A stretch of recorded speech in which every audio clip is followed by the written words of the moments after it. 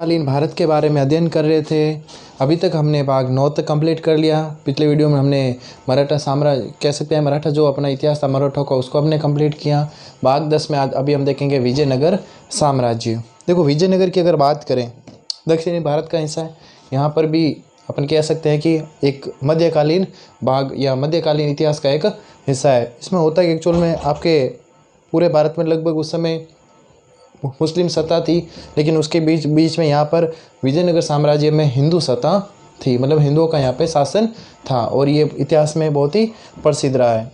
यहाँ पे मुख्यतः 4 वंशों ने शासन किया, जिसमें आपके ये पहला जो हम पढ़ेंगे संगम वंश है। अपने सिलेबस में इतना ही है, बाकी 3 वंश हमें पढ़ने नहीं है। तो संगम वंश का मतलब क्या है? जैसे भाई जो संगम के जो पुत्र थे या जो संगम के द्वारा स्थापित जो वंश था वो संगम वंश कहलाया। तो संगम वंश के जो पुत्रों द्वारा ये विजयनगर साम्राज्य स्थापित किया जाता है, ये भी संगम वंश कहलाएगा।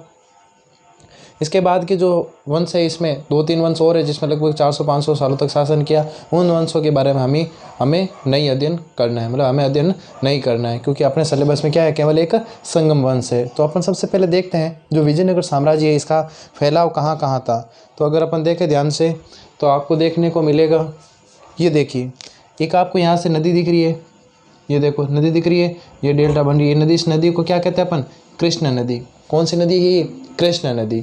इसके बाद देखो ध्यान से, यहाँ एक और छोटी सी आपको नदी दिख रही है जो इसकी सहायक नदी। कौन सी नदी है भाई? ये तुंगभद्रा नदी। कौन सी नदी है? तुंगभद्रा नदी। अब इसके क्षेत्र में ये जो आपको तुंगभद्रा है और इसके ये पूरा पास वाला जो क्षेत्र है, ये पूरा का पूरा क्या कहलाता था उस समय? विजयनगर साम्राज्य कहलाता था। मेरे हिसाब से क्लियर हो गया होगा। ये देखो कृष्णा नदी, कृष्णा नदी के नीचे ये तुंगभद्रा नदी। कृष्णा के ऊपर देखो ये कौन सा साम्राज्य था? बहमनी साम्राज्य। इसकी चर्चा अगले वीडियो में अपन करेंगे। ये बहमनी साम्राज्य है और ये आपके विजयनगर साम्राज्य है। ये आपके कृष्णा नदी है। ये आपके कौन सी नदी है? तुंगभद्रा नदी है। इस तुंगभद्रा नदी के बीच में एक स्थान पड़ता है, रायचूर। कौन सा स्थान पड़ता है? रायचूर। ये दोआब क्षेत्र कहलाता है। कौन सा क्षेत्र है? दोआब। देखो दोआब क्या होता है, पढ़ चुके अपन। 2 नदियों के बीच के क्षेत्र को क्या कहते हैं अपन? दोआब कहते हैं। देखो 2 नदियां बह रही, बीच का क्षेत्र है, ये क्या कहलाएगा? दोआब कहलाएगा। दोआब बहुत ही क्या होते हैं? उपजाऊ होते हैं। तो इस बहमनी साम्राज्य और इस विजयनगर में इस दोआब को लेकर भी कई बार युद्ध होंगे। आखिर में विजेता अपने बहमनी साम्राज्य अपने इसको अपने साइड में ये मिला लेता है। तो अब पढ़ते हैं विजयनगर साम्राज्य के बारे में। तो विजयनगर के बारे में देखें तो ये संगम वंश का शासन आरंभ में संस्थापक, संगम वंश का शासन आरंभ में जो किसका शासन था? संगम वंश का शासन था। मैंने बताया था हमें संगम वंश ही पढ़ना, अपने सिलेबस में संगम वंश ही है। तो आरंभ में इसका जो संस्थापक है कौन कहलाते? हरिहर और बुक्का। इसके पुत्र थे संगम के, हरिहर और बुक्का। अब देखते हैं स्टोरी कैसे ये स्थापना करते हैं ना।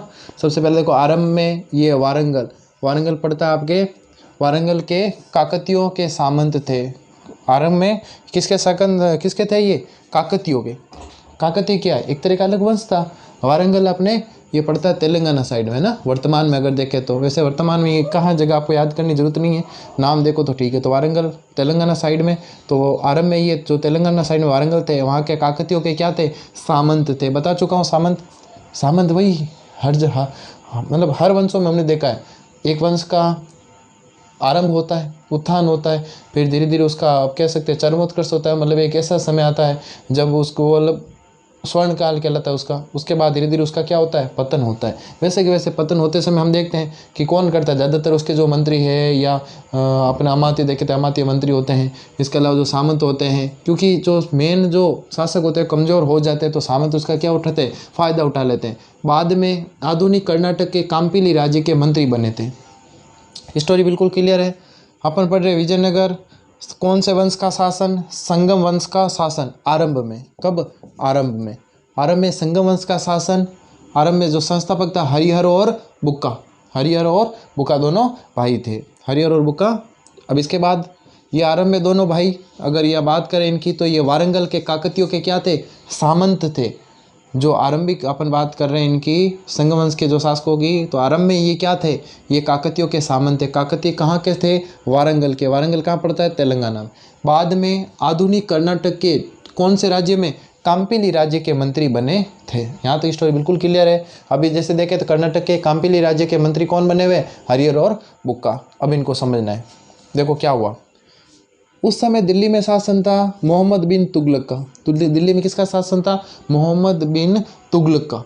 क्लियर है? ठीक है। अब आपको मुझे कमेंट करके बताना है तुगलक वंश का संस्थापक कौन था? तुगलक वंश का संस्थापक कौन था, ये आपको कमेंट करके बताना है बिना बुक में देखे, क्योंकि सब पढ़ाया हुआ है। तो ये इसका एक विद्रोही था, नाम था बहाउद्दीन। क्या नाम था उसका? बहाउद्दीन। होता क्या, देखो मोहम्मद बिन तुगलक का एक विद्रोही होता है बहाउद्दीन, ये इसके पास से भाग जाता है। ठीक है। अब मोहम्मद बिन तुगलक इसका पीछे पीछे करते करते आता है, ये बहाउद्दीन कहाँ चला जाता है भाई? दक्षिण भारत में। कहाँ चला जाता है? दक्षिण भारत में। ये चला जाता है दक्षिण भारत के कर्नाटक के काम्पिली राज्य में। कौन से राज्य में? काम्पिली राज्य में। वहाँ पर क्या होता है, हरिहर और बुक्का, ये जो दोनों भाई थे दिख रहे हैं ना, ये दोनों इसको क्या दे देते हैं? शरण दे देते हैं। दोनों क्या दे देते हैं इसको? शरण। स्टोरी क्लियर है? मोहम्मद बिन तुगलक भाग रहा है, बहाउद्दीन आगे आगे भाग रहा है, हरिहर बुक्का ने इसको क्या कर लिया? शरण दे दी, मतलब तुम हमारे पास रुक जाओ। मोहम्मद बिन तुगलक जाता है, इसको उठा के लाता है, लेकिन साथ साथ में इन दोनों को भी उठा के ले आता है, और कहता है दोनों इस्लाम कबूल कर लो। दोनों क्या कर लो? इस्लाम कबूल कर लो। दोनों ने कहा हम नहीं करेंगे, लेकिन जैसे ही तलवार निकाली मोहम्मद बिन तुगलक ने कहा हम तो मार देंगे तुम्हें। इन्होंने कहा नहीं, हम तो बिल्कुल मुस्लिम ही हैं, ये देखो हम तो क्या है? मुसलमान है। मतलब इन्होंने इस्लाम को क्या कर लिया? कबूल कर लिया। ठीक है यहाँ तक। अब क्या होता है देखो, इस्लाम कबूल कर लिया, सब जो मामला था अपने क्लोज हो गया। अब होता क्या है, दक्षिण भारत में कोई विद्रोह हो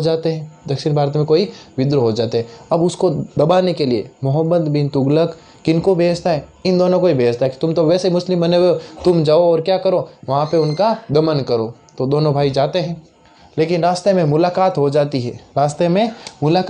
है इनके गुरु से। गुरु का नाम क्या? विद्यारण्य।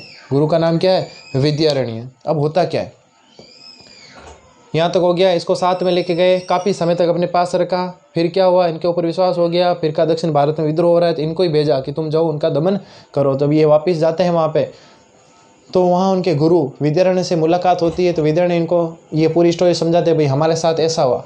विद्यारण्य ने कहा कोई बात नहीं, तुम्हें मुस्लिम बना दिया, मैं तुम्हारा वापस क्या करूँगा? शुद्धिकरण करूँगा। और गुरु ने इनका वापस शुद्धिकरण किया। शुद्धिकरण का मतलब सिंपल सा है, इनको वापस जो ये मुस्लिम, इन्होंने कहा था मुस्लिम बन गए, नहीं अब शुद्धिकरण हो गया, तुम वापस क्या बन गए हो? हिंदू बन गए हो। यहाँ तक बिल्कुल स्टोरी क्लियर है। शुद्धिकरण कर लिया। अब होता क्या है, बिल्कुल सिंपल सा, अब ये तुंगभद्रा के तट पर विजयनगर साम्राज्य की स्थापना करते हैं। तुंगभद्रा के तट पर कौन से साम्राज्य की स्थापना? विजयनगर साम्राज्य की स्थापना करते हैं। और इनकी जो राजधानी, वैसे तो इनकी 2-3 राजधानी थी, प्रमुख राजधानी बात करूँ तो विजयनगर, जिसे वर्तमान में किस नाम से? हम्पी के नाम से जाना जाता है। कहाँ है ये? कर्नाटक है ना। वर्तमान में इसे किस नाम से जाना जाता है? हम्पी के खंडहर। फोटो यहाँ पे मैं लगा दूंगा, आपको दिख जाएगी, है ना। वैसे आप बुक में भी देख सकते हैं। अब देखते हैं, साम्राज्य की स्थापना हो गई। अब कौन कौन से प्रमुख शासक हैं उनके बारे में अपन चर्चा कर लेते हैं, और कौन कौन सी प्रमुख बातें हो रखी इनके बारे में। सबसे पहले बनते देखो हरिहर बुक्का। 2 भाई थे, दोनों ने मिलकर किया, लेकिन अब 2 तो एक साथ राजा बन नहीं सकते। तो बुक्का कहता हरिहर को पहले तू बन जा, फिर तेरे बाद क्या मैं बन जाऊंगा। तो सबसे पहले कौन बन जाता भाई? हरिहर प्रथम। ये 1336 से 46 तक इसने होयसल के सारे प्रदेश जीत लिए। होयसल कर्नाटक में, कर्नाटक के लगभग इसने सारे प्रदेश जीत लिए थे। किसने? हरिहर ने। कह सकते हैं कि इसकी साम्राज्य विस्तार की नीति थी। कैसी नीति थी भाई? साम्राज्य विस्तार की नीति थी। कैसी नीति थी? साम्राज्य विस्तार। होयसल के सारे प्रदेश, कर्नाटक के सारे प्रदेश इसने जीत लिए, धीरे धीरे अपना साम्राज्य बढ़ा रहे थे। इसके बाद बुक शासक बनता है बुक्का। 1346 से 77 तक। सन आपको याद करने की इसमें कोई ज़रूरत नहीं है, ज़्यादा इंपॉर्टेंट नहीं है। इसने सारे दक्षिण भारत, रामेश्वरम, तमिल, चेर प्रदेश, देखा था ना, चेर एंड पांड्यन, बस वही वाले चेर प्रदेश तक विजय हासिल की। इसने अपने साम्राज्य के विस्तार और अपनी जान पहचान बढ़ाने के लिए एक दूत मंडल चीन में भी भेजा और दोआब पर कब्जा कर लिया। दोआब कौन सा भाई? रायचूर। तुंगभद्रा और कृष्णा नदियों के बीच का क्षेत्र। 9th क्लास में भी पढ़ा था ज्योग्राफी में, जहाँ पर नदियाँ पड़ी थी। तो इस रायचूर दोआब पर क्या कर लिया? कब्जा कर लिया। इसके अलावा संधि कर ली इनके साथ, बहमनी के साथ में।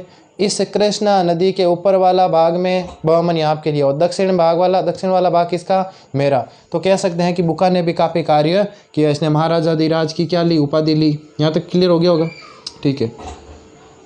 इसके बाद शासक बनता है हरिहर द्वितीय। कौन बनता है? हरिहर द्वितीय। यह बहमनी साम्राज्य के फिरोज शाह का हमला होता है।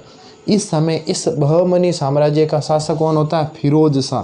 कौन होता है? फिरोज शाह का हमला होता है, दोआब पर कब्जा कर लेता है। कौन कर लेता है भाई? फिरोज शाह। कौन कर लेता है? फिरोज शाह। ये दोआब पहले उनके पास था, अब इनके पास आ गया। अब हरिहर द्वितीय को गुस्सा आता है कि इतनी मुश्किल से इन्होंने ये जीते हैं वो जीते हैं। इसने कहा कोई नहीं, इसने तीरंदाजों की भर्ती की, अपनी सेना को बढ़ाया और इन बहमनियों के पास दो क्षेत्र थे, बेलगांव और गोवा। इन प्रदेश को भी इसने जीत लिया, कह सकते हैं अपने साइड में कर लिया। ये सेव उपासक था, विरूपाक्ष, सेव का विरूपाक्ष रूप। इसमें क्या होता है देखो, सेव का विरूपाक्ष रूप, इसमें भगवान शिव को नंदी के ऊपर बैठाया हुआ है, नंदी के ऊपर बैठा है, साथ में उनकी जो भगवान शिव की पत्नी है, पत्नी एक और पत्नी है ना, अपन जैसे गौरी या इनको कहते हैं, इनके नहीं, पत्नी पंपा के बारे में। कौन है? पंपा। तो पंपा और भगवान शिव की जो नंदी पर जो मूर्ति है वो विरूपाक्ष रूप कहलाता है। इसकी शानदार यहाँ पर मंदिर बना हुआ है। तो ये इस रूप के क्या थे? उपासक थे। कौन थे भाई? हरिहर द्वितीय। दक्षिण भारत में साम्राज्यिक विस्तार, इन्होंने दक्षिण भारत का जो और भी बचा हुआ साम्राज्य था उसमें भी विस्तृत किया। कह सकते हैं कि इसके समय में बहुत अब शक्तिशाली हो गया था। तिरुचिरापल्ली, मैसूर क्षेत्र आदि को पर भी क्या कर लिया इसने? विजय कर ली, काफ़ी बड़ा साम्राज्य अपना कर लिया था। इसके बाद बनता देवराय प्रथम। फिरोज, देखो यहाँ तक तो सेना वेना बढ़िया कर ली, ये दोनों क्षेत्र जीते हैं। अब बहमनी साम्राज्य का शासक कौन था? फिरोज शाह। वो भी अब कोशिश कर रहा था कि मैं और हमला करूँ। तो इसी समय क्या होता है, इसकी मृत्यु हो जाती है। देवराय प्रथम शेष शासक बनता है। तो कहते हैं कि शासक बनते ही हाथों हाथ किसने आक्रमण कर दिया? फिरोज शाह ने। तैयारी कर नहीं पाया, हार गया। जैसे हारा तो इसके पास अब क्या था देखो, हीरे जवाहरात, खूब सारे हाथी किनको देने पड़े थे? फिरोज शाह को।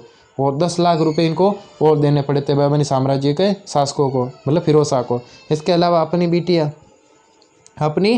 मतलब अपनी पुत्री की शादी भी किसके साथ करनी पड़ी? फिरोज शाह के साथ करनी पड़ी थी। अपनी बिटिया की शादी भी फिरोज शाह के साथ। देखो ये भी फिरोज शाह कह सकते हैं कि होशियार था, सीधी सी बात है। उसने सोचा कि भाई इसकी भी अगर पुत्री से मैं शादी कर लूँगा तो फिर बाद में आक्रमण का झमेला भी काफ़ी समय तक रुक जाएगा, क्योंकि सीधी सी बात है बेटी देंगे तो फिर दामाद बन जाएंगे, तो बार बार फिर उनके ऊपर युद्ध भी नहीं किया जा सकता। तो कह सकते हैं कि युद्ध का एक विराम हो जाएगा। और ये इतने सारे चीज़ें भी लूट ली इनके पास से, ताकि ये वापस मतलब इस प्रकार ठोका कि वापस उठ भी नहीं सके, सीधी सी बात है। तो इनको पुत्री से शादी भी कर ली फिरोज ने। और अब देवराय प्रथम के पास कोई काम था नहीं, कोई टेंशन थी नहीं, बिटिया की शादी हो चुकी, शादी तब जैसे भी हुई शादी तो हो गई ना। और दूसरा अब युद्ध का भी ज़्यादा टेंशन नहीं, तो इन्होंने अब कोई और तो कुछ पास था नहीं, इन्होंने एक तुंगभद्रा नदी पर बांध बनाया।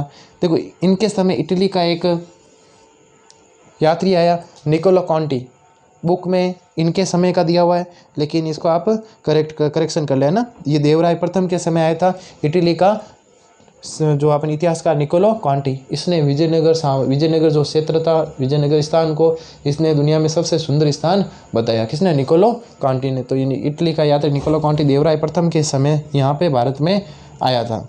इसके अलावा देवराय सेकंड, इसे इंद्र का अवतार, गजबेटकर, मतलब ये हाथियों का शिकारी कहा जाता है। हाथियों का शिकारी किसे कहा जाता है? इंपॉर्टेंट क्वेश्चन बनता है यहाँ से 1 नंबर का आपके लिए। इसके अलावा इसने सेना में मुस्लिमों की भर्ती की बहमनी साम्राज्य से बदला लेने के लिए, लेकिन हुआ बाद में कुछ भी नहीं। इसके अलावा फारस का एक यात्री अब्दुल रज्जाक इसके काल में आया था। और इसमें ज़्यादा कुछ है नहीं। अंतिम शासकों के बारे में बात करें तो मल्लिकार्जुन, और लास्ट जो सबसे अंतिम है वो आपके विरूपाक्ष। तो मेरे हिसाब से कंप्लीट हो गया, ज़्यादा कुछ इसमें है नहीं। बस 1-2 बार थोड़ा समझ में कम आया तो आप क्या करोगे, वीडियो को एक बार रिवाइंड करके वापस देख लो, ताकि क्या हो जाए, चीज़ें क्लियर हो जाए। मैं बोलूँगा वीडियो ज़्यादा लंबा होगा कोई मतलब नहीं है, तो आप लगातार तैयारी करते रहें।